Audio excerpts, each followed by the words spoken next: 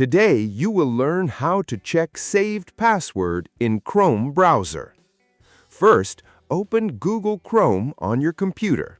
Then, click the three dots in the top right corner. From the menu, go to Passwords and Autofill, and then click Google Password Manager.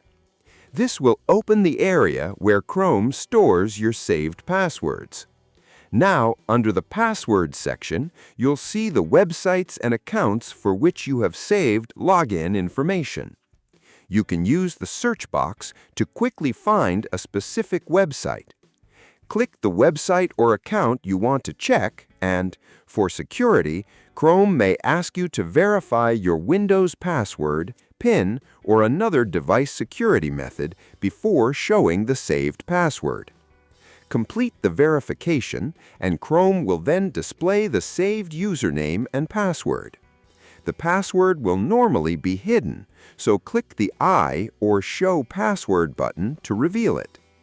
Keep in mind that you should only view or use passwords that belong to you, and avoid sharing your saved passwords with anyone else